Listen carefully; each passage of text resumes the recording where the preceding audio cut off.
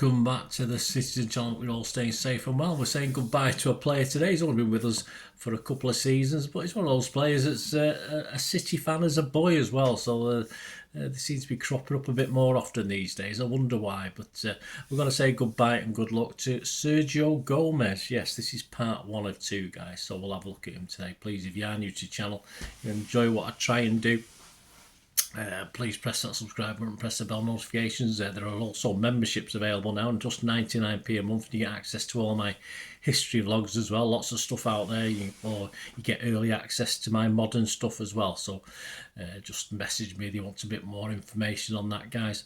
And I'm always interested if you've can support the channel or sponsor it in any way. I've got friends of the channel, for instance, this time, who sell rare movie posters from the 1990s and 2000s on eBay. And if you go onto eBay and type in their title PYAT 6505, PYAT 6505, put that in the advanced search tab, you'll find hundreds of movie posters and rarer DVDs on there. So if you're interested in that, or just for gifts as well, they make a great gift, of course. And if you do that, you can actually follow the link as well. If you can't find it, it is complicated sometimes. Just follow the link in the description. That'll take you straight to their shop, 6505. And if you mention me when you order through this channel or my socials, if you're on there, you get an extra 10, well, you get an immediate 10% refund on the order amount as well. So my thanks to them for supporting the channel, and if you'd like to do the same in the future, just message me on here and we can have a chat about that. I'll give you the rest of my socials when we've had a little talk about a certain Sergio Gómez. So that's what we're going to do. So it's pre-22-23 season, wasn't it, when Sergio arrived. It appeared that City would get a certain left-back. It wasn't planned to be Sergio. There was a certain Cucurella. But City, of course, were gazumped, if you like, by big spending Chelsea at the time, who came in to whisk him off to the bridge. Perhaps in hindsight, it was not a bad thing, was it? Seemingly from nowhere, we added a boyhood City fan from Spain whose hero was David Silva, added him to the squad, and it was a bit of a surprise choice as the season got underway, and we announced the signing of Sergio Gómez on deadline day for £11 million on a 4-year deal. The 21-year-old Spanish defender joined from Anderlecht, with the left-back having made 49 appearances for the Belgian club across the 21-22 campaign. He scored 7 goals and, more importantly, weighed in with 15 assists, so he did all right. He was actually voted the club's player of the season that season as well. He took, yes, his hero's shirt, the number 21 shirt, because that was what David Silva would wear. He'd also played for Barcelona, he played for Borussia Dortmund, and in this, I think it's the second level of Spanish football, Huesca. Company was then his Anderlecht manager, had only praised for the 21-year-old, and there was an opinion that Gómez, though, might be loaned out, but he was initially kept in Pep's first team plans for this season. All reviews and ratings I'm going to give you during this little part and part 2 as well, from the Manchester Evening News' Simon Bukowski, Joe Bray and Tyrone Marshall. I'll just have a quick mention who it is when we get to it. Plus I'll give you my own little personal observations at the time as well in my vlogs of Sergio and his ratings. So let's go on. Let's start season 22-23. He got his first chance to impress on the 24th of August as City travelled to Barcelona for a friendly and was named in the starting lineup. He had a half-decent game against a fairly strong Catalan side. Simon Bukowski of the Manchester Evening News rated him a 7 out of 10, and no one rated more. He said, "Promising start, he already looks like to be on Guardiola's wavelength." I myself commented, "Happy enough, busy looks as though he's well suited to Pep ball, possibly the best of the new guys tonight." So it was an interesting start. On the 27th of August, in a 4-2 win over Crystal Palace at home, he made an 84th minute Premier League debut appearance, replacing hat-trick hero Haaland. On the 31st of August, City thrashed Forest 6-0, and he got a bit longer this time to impress. Gómez replaced Cancelo on 68 minutes with the score at 5-0. Simon Bukowski rated him a 7, adding pushed up well and involved in the attacking play. I said nice cameo and also scored him a 7 out of 10. On the 6th of September against Sevilla in Spain, he made his Champions League bow and his first start in a City competitive game. The Manchester Evening News wrote, worked hard, tucked inside and kept the ball moving. Some good footwork and there should be no problems if he's needed to cover on the left for a few games. And he gave him a 6. I also give him a 6. Not seamless, I said, but a fine Champions League debut. On the 17th of September, 3-0 win at Wolves, he was a sort of late sub for Rodri on 81 minutes. In the season's first derby at the Etihad on the 2nd of October, that 6-3 thrashing of United, he replaced an injured Walker in the first half on 41 minutes. Simon Bukowski said slotted straight in and provided the assist for Haaland's third goal. And he rated him an 8 out of 10. I give him a 7. I wasn't quite as impressed. I thought he struggled a bit in the second half, but had a good run out. Next, back to the Champions League, and 3 days later, on the 5th of October, it ended City 5, Copenhagen 0, and a start for Sergio in this as well. Simon Bukowski said of him, bright from the start, pushing forward and linking well with Grealish, moving into a holding midfield position when Wilson Esperand came on. I give him a 7.5. We'll be happy. I may expect a few more games before the World Cup. Well, I was optimistic. On the 8th of October, Gómez replaced Cancelo on 71 minutes in a 4-0 home win over the Saints. Simon said he relished his defensive work and gave him a 7. Then a performance, sadly, that possibly tainted him. And I don't think he ever really recovered, really, from this in Pep's eyes. Yeah, tainted him in Pep's eyes back in the Champions League with the return leg with Copenhagen October the 11th. It all happened after 30 minutes. It'd been interesting. City had a Rodri goal oddly disallowed. We couldn't understand particularly why. I still don't. And then Mahrez had a penalty saved. But then Gómez got caught with his arms around the striker as he broke clear on goal. And initially, the ref didn't actually send Gómez off, but he was sent to the old monitor to check.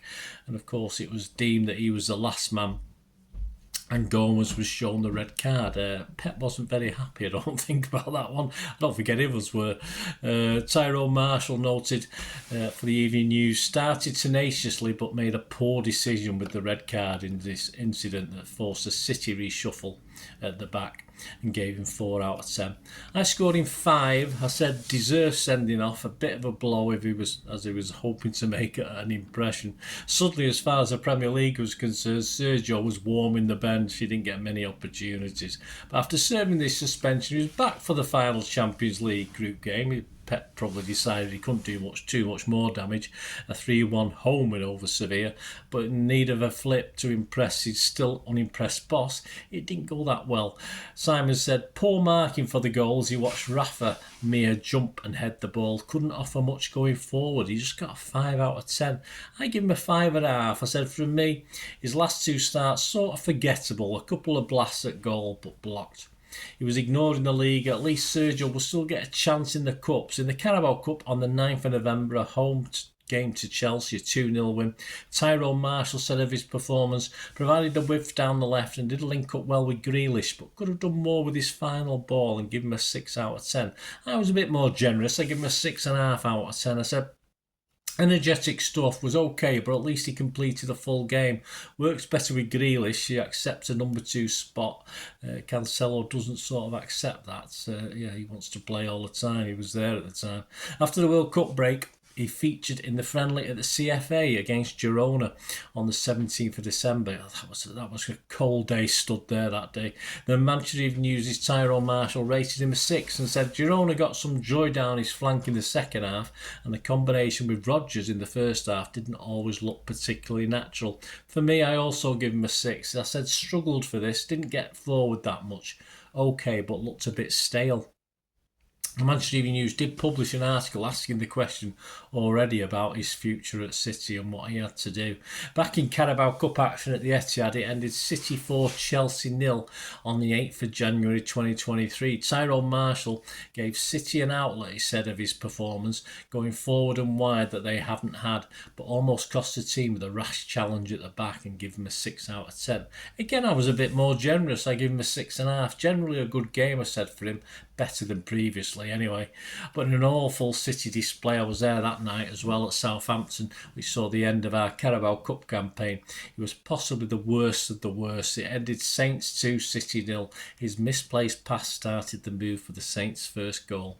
Joe Bray had a bit of an essay on him. He said, given the inverted fullback role into midfield, but Southampton targeted him early on, and after two big warnings, he was guilty of giving away the ball for the first goal. A foul throw summed up a hopeless evening, and maybe one of his last guaranteed starts with Arsenal awaiting in the FA Cup. Replaced at half-time to ironic cheers from the away end, and he gave him a 3 out of the 10, the lowest he gave anyone on that night. I'm not sure I jeered, to be honest with you. I think we jeered them all, but yeah.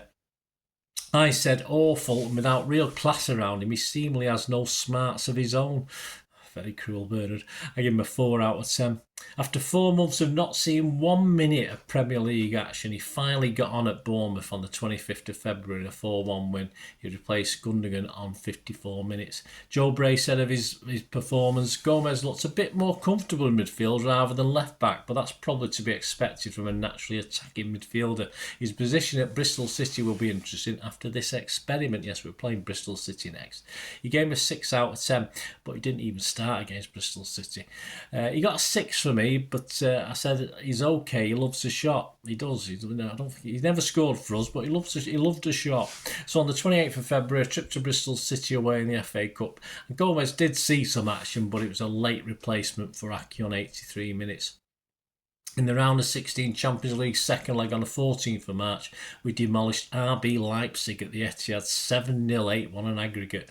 Gómez came on for Stones on 64 minutes. Simon Bukowski said, comfortable in possession, 6 out of 10.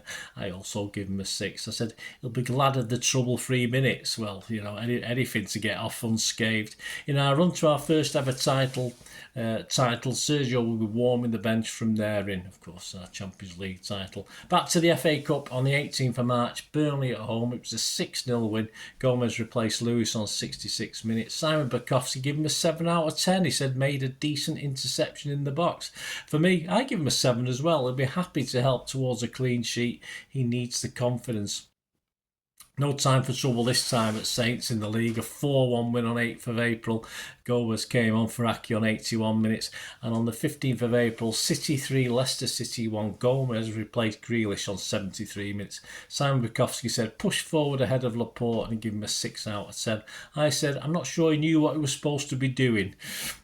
But he got his first Wembley appearance starting the FA Cup semi-final against Sheffield United, a 3-0 win on the 22nd of April.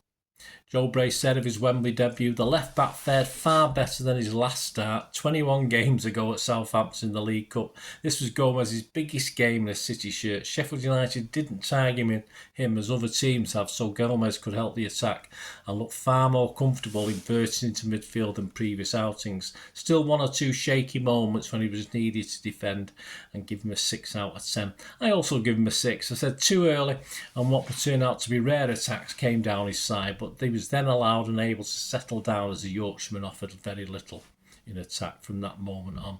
A last-minute arrival on the 14th of May at Everton in a 3-0 win. He came on for Diaz on 90 minutes. As City celebrated the Premier title, he got a start on the 21st of May at home to Chelsea, a 1-0 win.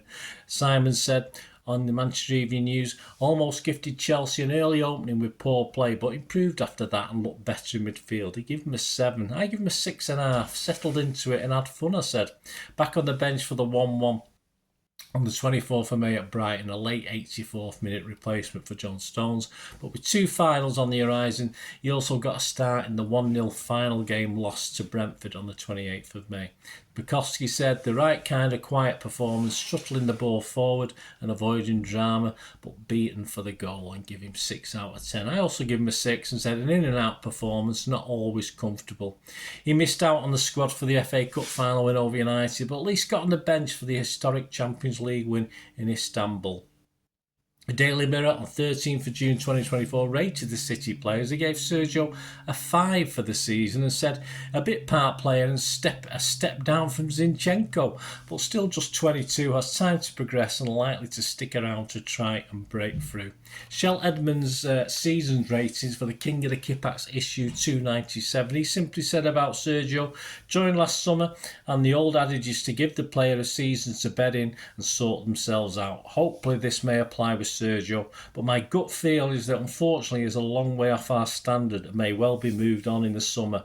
Has always given his all. However, he's certainly not shy of having a pop and did have a good game in the semi-final against Sheffield United. He did.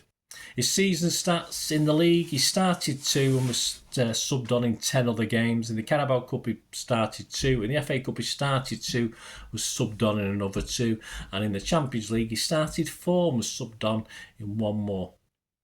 Of course, he didn't leave, he stayed, but it wouldn't particularly see him gain any more game time the next season. So join me in part 2, what would be another frustrating season for Sergio as we look back at his second and final season at City. There you go, guys. Hope you enjoyed that. Let me know your thoughts. Please, you can follow me on X and TikTok as well. I do lots of football stuff on there, film and TV stuff as well. I'm at the same address at Bernard_Deneen. I'm also on Facebook at Bernard. And if you want to chat about helping the channel, sponsor it, or supporting the channel in some way, and you can also email me as well, and we can have a chat what we can do for each other. Well, there you go, guys. Hope you enjoyed that. Join me for part 2. Don't forget to do that, and we'll carry on the second season of Sergio Gómez. Thanks for watching, guys. Until we meet again, only ask one thing, don't I? Please stay safe, Blues. Bye for now.